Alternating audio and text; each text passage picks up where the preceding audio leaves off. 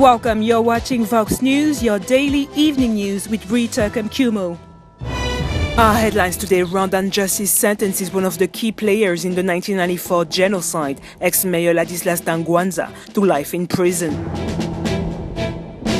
Burundi's main opposition leader, Agathon Rwasa, goes to the Constitutional Court contesting last week's presidential election.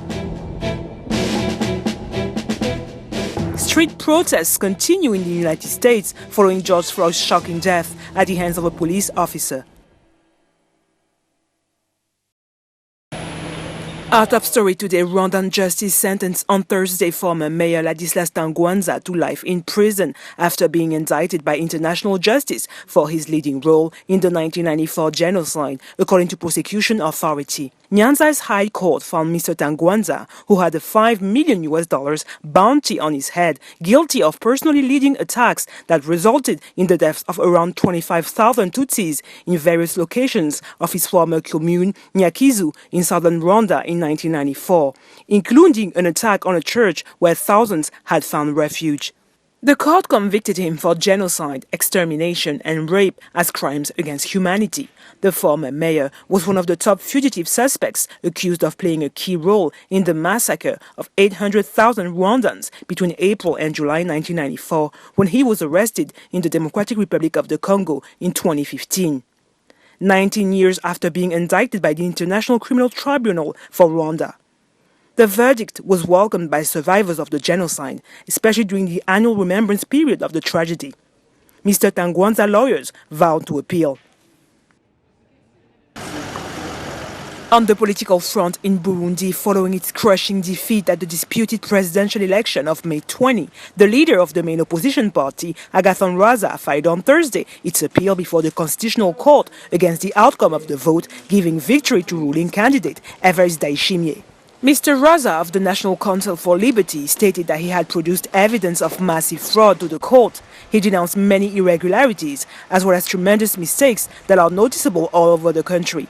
He promised to seize the East African Court of Justice in case the Constitutional Court was to dismiss his appeal. In Namibia, President Hage Geingob admitted on Thursday to violating the national lockdown order imposed on the country since late March to curb the spread of coronavirus by hosting a celebration to mark the 60th anniversary of his party.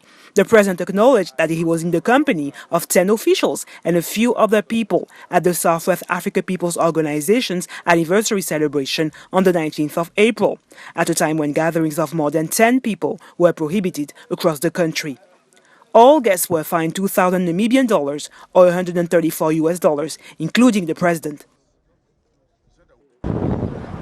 In Senegal, passenger flights will remain suspended until late June due to the coronavirus pandemic. The authorities announced on Thursday that the suspension of flights arriving or departing from the country will be extended until the 30th of June.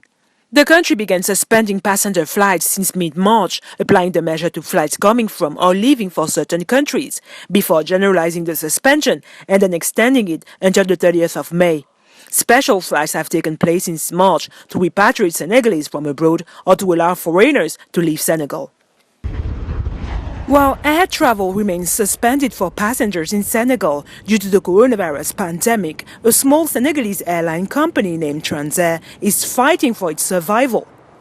The year 2020 is doomed to failure. For us today is simply about having the support from the government to be able to hold out over a 6-month period. That is a minimum today. You see, 3 months is how fast it goes. March, April and May are already over. Transair today has 100 employees who have never had any difficulties, who have always been paid before COVID-19. This is the first time in the company's 10-year history that I'm concerned today that I will not be able to pay and honor my commitments as an employer to my employees. To keep their licenses, pilots must complete at least 3 takeoffs and 3 landings every 3 months. And the planes also have to fly to remain in good condition. By flying the planes, it makes the pilots fly too. Pilots need from a regulatory point of view and also from a skill point of view to fly regularly. we still have the last 90 days where we have to make 3 landings and 3 takeoffs, so that keeps the planes and pilots ready to return to service. When you need to make a commercial flight, if you're rusty, inevitably flight safety can be affected. So it's good to keep flying regularly, so we stay training and it allows us to be able to jump into a plane without feeling rusty and to be operational at the top of our form and at the top of our performance. Au top de notre forme, au top de nos performances. L'avion aussi. An airplane is a mechanism that is designed to work. If the plane doesn't fly, the mechanism doesn't work.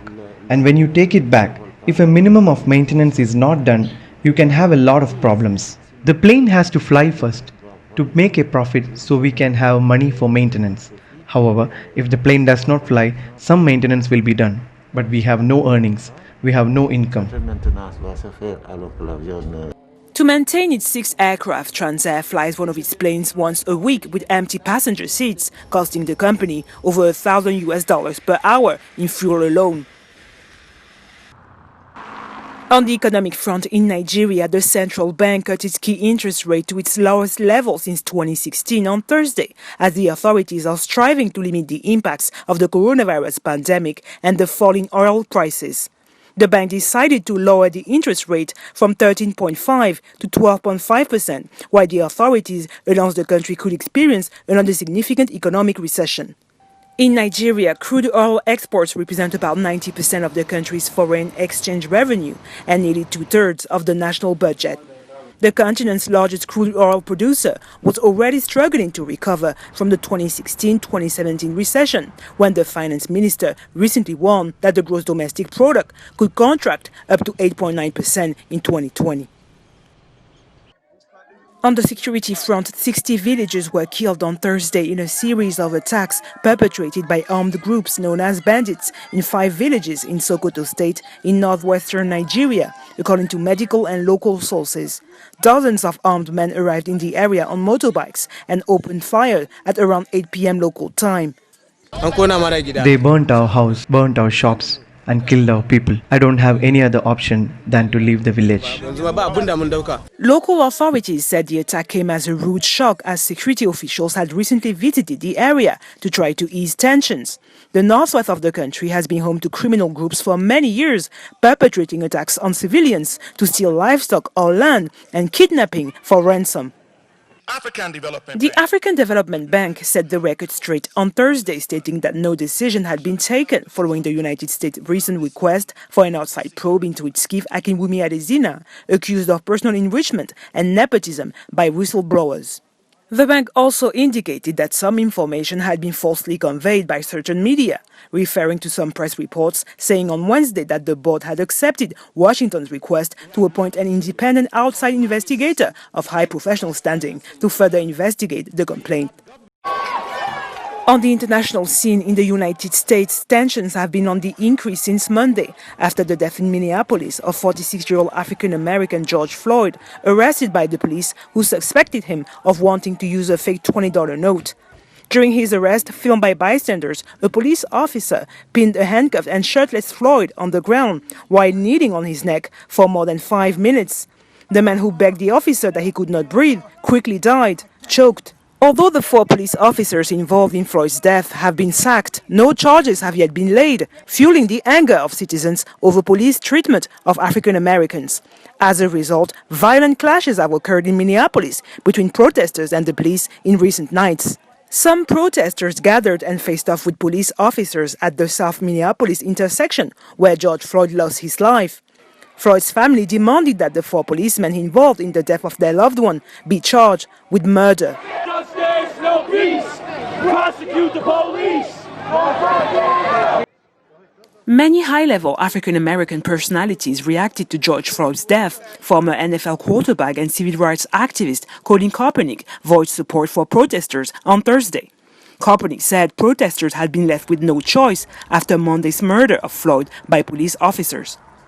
NBA basketball player LeBron James also reacted on social media following Floyd's passing, denouncing police brutality towards African Americans, while Lakers legend Magic Johnson stated that Floyd had been clearly murdered. On the football scene in Britain, Premier League clubs agreed on Thursday to resume the 2019-2020 football season on the 17th of June, despite the coronavirus pandemic, provided that all safety requirements are in place.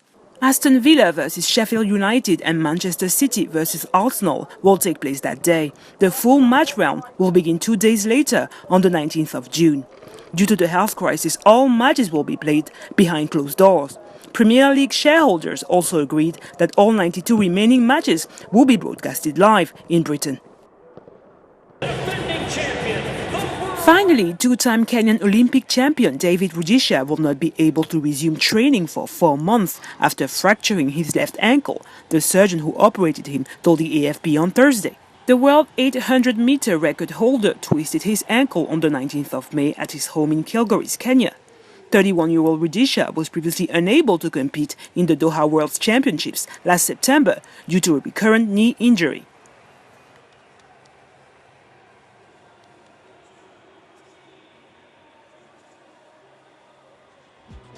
That's it for today. Thank you for watching Vox News.